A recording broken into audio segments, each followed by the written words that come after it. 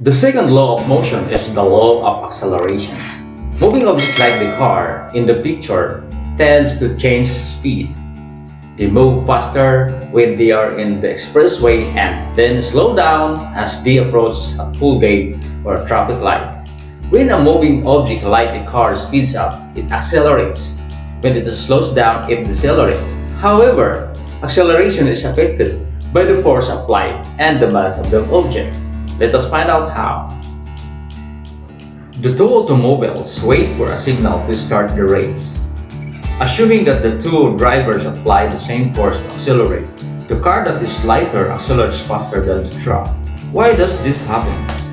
Newton observed that the force, mass, and acceleration of an object is related. Since the truck has greater mass than the car, it accelerates slower than the smaller car. This showed that the motion of an object changes or accelerates when a force acts on it.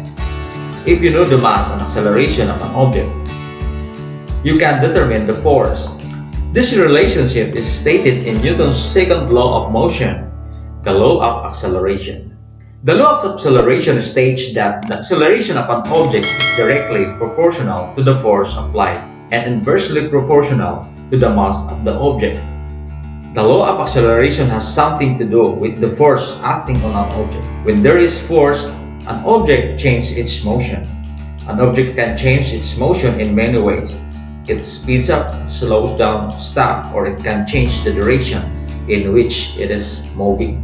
How fast an object moves depends on two factors: net force, or the force applied, and the amount of matter or mass of an object. The greater the force applied, the greater the change in motion of an object. This shows that acceleration is directly proportional to the force applied. But if the object's mass is great, the acceleration of an object is less. Thus, a heavy object moves slowly. This shows that acceleration is inversely proportional to the mass of an object.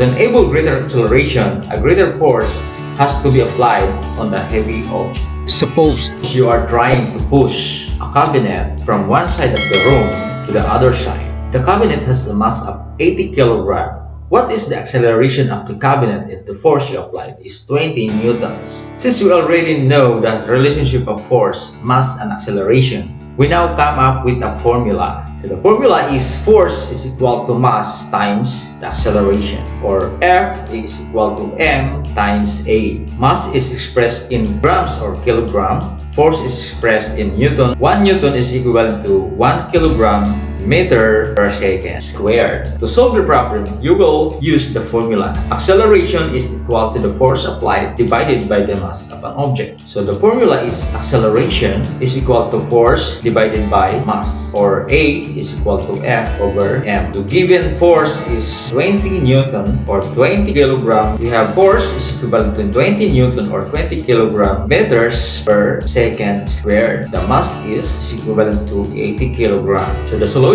is A is equal to F over m, or A is equal to 20 kilogram meter per second squared divided by 80 kilogram. So you have 20 divided by 80 kilogram. You will have 0.25 meter per second squared. So the acceleration of the cabinet is 0.25 meter per second squared. So the cabinet can be moved at 0.25 meters in every second. What if your friends help you push the cabinet and your total force increased to 14 newton? What would be the cabinet's acceleration? When you increase the force applied to accelerate an object, the acceleration also increases. This shows that acceleration is directly proportional to the force applied on an object. The greater the force applied, the greater the acceleration. But if you increase the mass of the cabinet by putting things on it without increasing the amount of force, the cabinet will move slowly. This shows that the acceleration is inversely proportional to the mass of an object. The greater the mass, the lesser the acceleration.